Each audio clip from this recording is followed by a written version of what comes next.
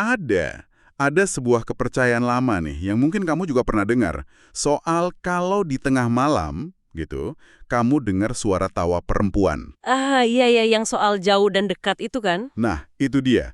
Katanya, kalau suaranya terdengar dekat, dia itu sebenarnya masih jauh. Tapi Tapi, kalau tawanya kedengeran sayup-sayup, kayak dari kejauhan gitu, artinya dia udah persis di belakang kamu.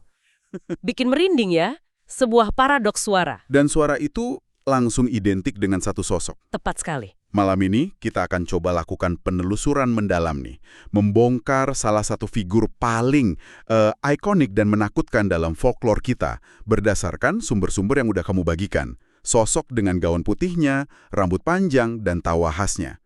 Kuntilanak. Betul. Dan misi kita di sini bukan cuma buat nakut-nakutin ya. Kita mau kupas tuntas sosok ini dari berbagai sudut. Dari mana namanya berasal, terus gimana sebuah kota bisa dinamai dari dia, apa bedanya yang merah dan putih, sampai gimana sains modern coba menjelaskan fenomena ini. Jadi kita ingin paham kenapa sih sosok ini bisa begitu abadi di budaya kita. Persis. Melampaui sekedar cerita seram. Oke, mari kita bedah ini. Pertanyaan besarnya, gimana sebuah cerita rakyat bisa jadi sekuat itu? Sampai menamai kota, sampai mendominasi budaya pop kita. Untuk jawab itu, kita harus mulai dari akarnya. Dari namanya sendiri, kuntilanak. Kalau dipecah kata ini sebenarnya, cukup harfiah kan? Betul. Kalau kita lihat asal katanya dari sumber-sumber ini, nama kuntilanak itu gabungan dari kunti yang artinya perempuan dan anak. Oh, jadi perempuan dan anak. Tepat. Perempuan bersama anak. Di Malaysia atau Brunei variasinya jadi puntianak atau puan anak. Puntianak? Iya. Bahkan ada teori lain yang menyebut ponti itu datangnya dari kata bunting atau hamil. Ini semua langsung mengarahkan kita ke tema utamanya, tragedi keibuan. Dan nama Puntianak inilah yang membawa kita ke salah satu cerita asal-usul paling luar biasa yang tercatat dalam sejarah. Bukan cuma dongeng, tapi ada catatannya dari tahun 1771. Benar. Ini cerita pendirian kota Pontianak oleh Sultan Syarif Abdurrahim Al-Qadriyah. Beliau waktu itu mau membuka pemukiman baru di pertemuan Sungai Kapuas dan Landak. Lokasinya strategis, tapi terkenal angker. Dan bener aja, para pekerjanya mulai diganggu. Coba deh bayangin, kamu lagi kerja di tengah rawa-rawa Kalimantan yang gelap gulita, terus tiap malam dengar suara lengkingan sama tawa perempuan dari atas pohon-pohon raksasa. Pasti nggak ada yang berani lanjut kerja, kan? Nggak akan. Gangguan itu katanya begitu parah sampai proyeknya terancam berhenti. Akhirnya, Sultan ambil langkah drastis. Ditembakkan meriam kan? Betul. Beliau perintahkan pasukannya buat menembakkan meriam terus-menerus ke arah sumber suara itu. Sebuah tindakan simbolis untuk, mengusir kekuatan gaib dan menegaskan dominasi manusia. Dan itu berhasil. Setelah suara-suara itu hilang, pohon yang jadi sumber suara ditebang. Yang lebih menarik lagi, kayunya konon dipakai buat bangun Masjid Agung di sana. Dan sebagai pengingat peristiwa itu, kota baru tersebut dinamai Pontianak. Jadi julukan kota kuntilanak itu, emang bagian dari sejarah pendiriannya. Gila ya, sejarah sebuah kota terikat langsung dengan mitos ini. Taklukan alam liar oleh seorang sultan, perebutan ruang. Tapi ada versi kedua dari rakyat, yang jauh lebih personal, Lebih tragis. jauh lebih tragis. Ini kisah tentang seorang putri bangsawan dari sebuah kerajaan di Kalimantan Barat. Ceritanya, sang putri ini hamil di luar nikah. Dan pada zaman itu ini adalah aib yang, tak terampuni bagi keluarga kerajaan. Akibatnya? Ia diusir dari istana, sendirian, terhina, diasingkan. Dalam penderitaan itulah dia meninggal dunia saat masih mengandung bayinya. Cerita yang menyedihkan banget. Karena kematiannya yang nggak wajar dan penuh amarah itu, arwahnya dipercaya nggak tenang. Dan arwah inilah yang kemudian dipercaya bangkit, lalu bersemayam di sebuah pohon besar, seolah-olah melahirkan di alam gaib. Para nelayan yang katanya melihat sosoknya lagi menggendong bayi itulah yang pertama kali menyebutnya Kuntianak, perempuan yang menggendong anak. Dan di sini kita bisa langsung lihat salah satu fungsi sosial dari legenda ini. Ini adalah narasi untuk tragedi. Maksudnya, narasi untuk tragedi. Begini, bagi masyarakat dulu, kematian seorang ibu saat hamil atau melahirkan itu kan tragedi besar yang sulit dijelaskan. Nah, cerita ini ngasih semacam penjelasan dan penutup untuk peristiwa yang menyakitkan itu. Oh, masuk akal. Lebih dari itu, tema balas dendamnya juga kuat banget. terutama dendam ke pria yang nggak bertanggung jawab.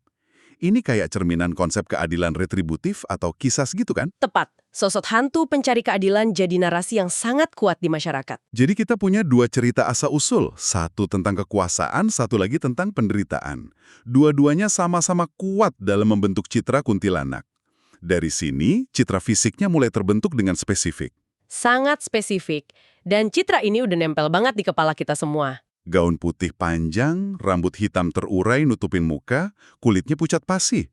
Tapi ada satu detail dari sumber-sumber ini yang paling bikin merinding. Kakinya. Kakinya yang nggak pernah nyentuh tanah. Detail melayang itu seolah negasin kalau dia bukan lagi milik dunia kita. Beberapa versi bahkan nambahin mata merah menyala buat menekankan amarahnya. Yang menarik juga, sumber-sumber ini nyebutin adanya semacam hierarki bahaya berdasarkan warna gaun. Kayak sistem tingkatan gitu ya di dunia goib. Betul. Aku baca bagian itu, yang putih itu yang paling umum, yang standar lah ya. Tapi kalau gaunnya udah warna merah, Nah, kuntilanak merah. Ini digambarkan sebagai versi yang jauh lebih jahat, lebih agresif, dan penuh dendam. Konon, ini arwah perempuan yang meninggal karena dibunuh secara brutal. warnanya melambangkan darah. Darah dan amarah yang nggak terpadamkan. Terus ada versi yang paling langka, kuntilanak hitam, yang dianggap punya kekuatan paling tinggi. Tapi kan penampakannya bukan satu-satunya tanda. Justru yang lebih sering diceritain itu tanda-tanda non-visual. Yang paling ikonik tentu suaranya. Tepat, suara dan aroma. Keduanya ini kerja bareng membangun atmosfer teror. Tawa melengking dengan anomali jauh dekat itu udah jadi ciri khas utama. Tapi kadang bukan tawa. Kadang suara tangisan bayi yang menyayat hati atau senandung lirih yang seolah manggil.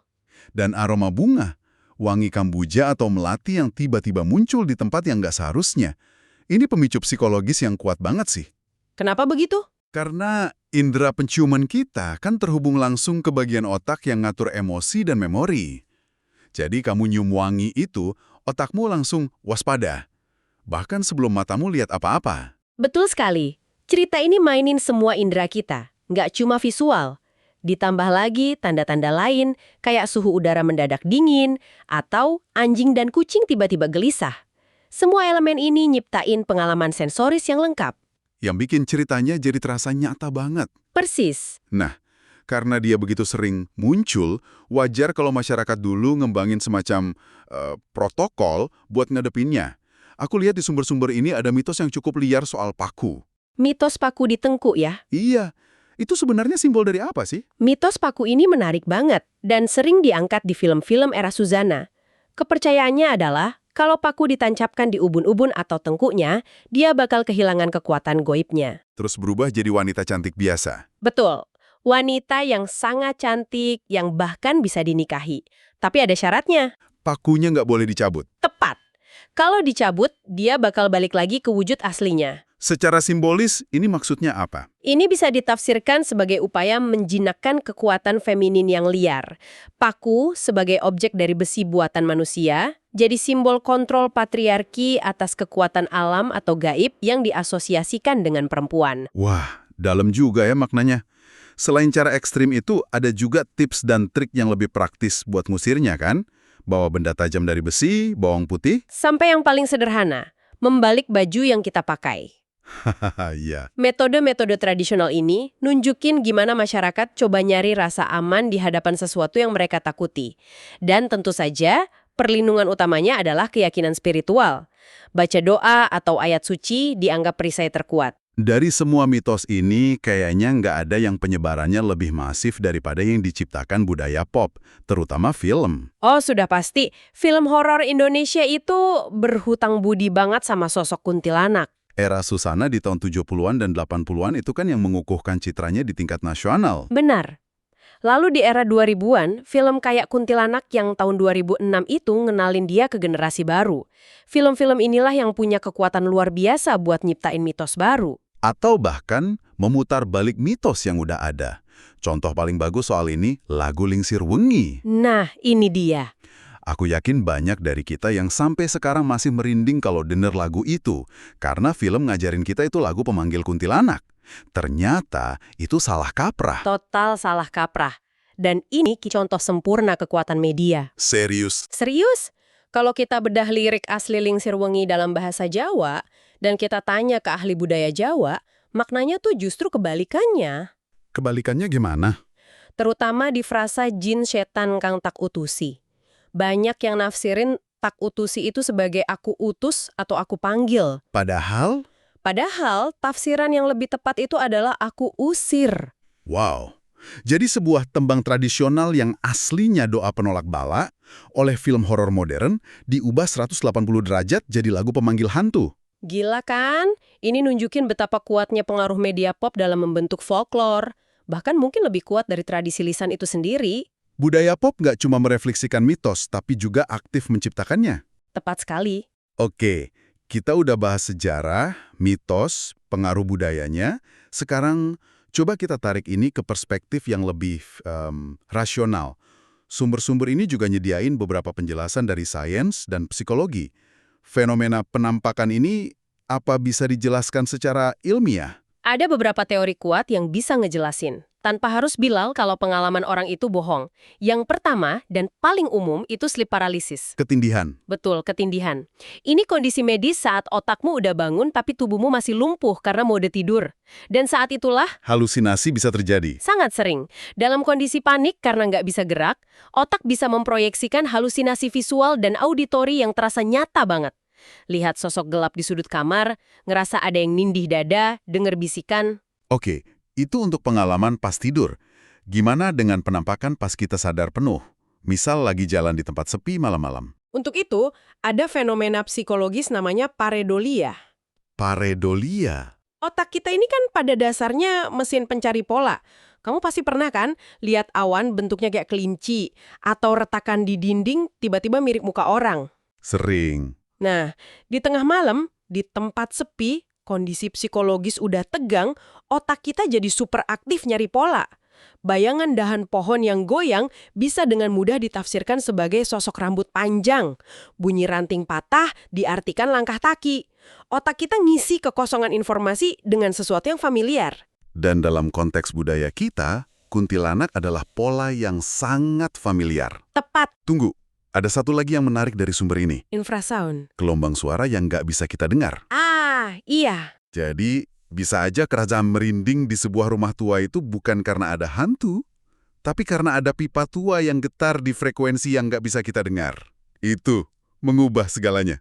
Bisa jadi, infrasound itu gelombang suara di bawah 20 Hz. Telinga kita nggak nangkep, tapi tubuh kita bisa ngerasain. Dan paparan infrasound ini, secara ilmiah, terbukti bisa memicu perasaan cemas, gelisah, paranoia, bahkan ilusi optik. Melihat bayangan di sudut mata gitu. Betul. Jadi kombinasi dari ketindihan, pareidolia, dan infrasound bisa nyiptain sebuah pengalaman supernatural yang terasa 100% nyata bagi yang ngalamin. Dan ini nggak bikin pengalaman mereka jadi nggak valid ya. Cuma ngasih kerangka penjelasan yang beda aja. Tepat. Tapi penjelasan ilmiah ini kan nggak ngejawab pertanyaan yang lebih besar. Kenapa legenda spesifik tentang kuntilanak ini yang bertahan? Kenapa bukan yang lain?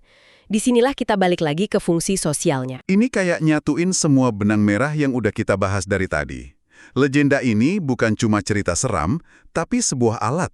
Sebuah alat multifungsi. Pertama, sebagai kontrol sosial. Ini cara orang tua dulu mastiin anak-anak nggak keluyuran malam-malam. Jangan main di luar maghrib, nanti dicuri kuntilanak. Persis. Ini juga jadi peringatan buat laki-laki untuk bertanggung jawab. Jangan nyakitin perempuan, karena konsekuensinya bisa menghantui mereka selamanya. Jadi kayak dongeng pengantar tidur versi horor ya, dengan pesan moral. Kedua, sebagai cerminan nilai budaya. Sosoknya yang merupakan arwah ibu yang meninggal saat melahirkan, secara nggak langsung nanemin rasa hormat yang mendalam terhadap perjuangan dan pengorbanan seorang ibu. Ini cara budaya kita mengabadikan penghargaan terhadap risiko hidup dan mati dalam proses melahirkan. Benar, kuntilanak dalam wujudnya yang paling tragis adalah monumen bagi para ibu yang tidak selamat. Jadi setelah kita telusuri semua ini, kuntilanak ternyata jauh lebih kompleks dari sekedar hantu. Dia itu arsip sejarah sebuah kota, simbol tragedi personal, alat kontrol sosial, cerminan nilai budaya, dan akhirnya bintang budaya pop yang terus berevolusi. Yang menarik adalah, entah kamu milih lihat dia sebagai entitas gaib atau sebagai konstruksi psikologis dan budaya yang rumit, dampaknya ke masyarakat itu nggak bisa disangkal. Betul. Cerita ini dalam berbagai bentuknya ngajarin kita tentang empati, tanggung jawab, dan konsekuensi dari ketidakadilan. Dia masih sangat relevan. Dia jadi jembatan bagi generasi muda buat terhubung dengan folklore mereka, meskipun lewat medium yang beda kayak film atau game. Benar sekali. Ini benar-benar sebuah penelusuran yang dalam banget mungkin ya. Pesan utama di balik semua cerita serem ini bukanlah tentang apa yang harus kita takuti di kegelapan.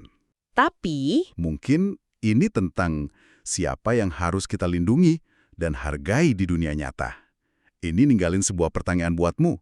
Cerita apa yang kita gunakan hari ini untuk mengajarkan nilai-nilai yang sama?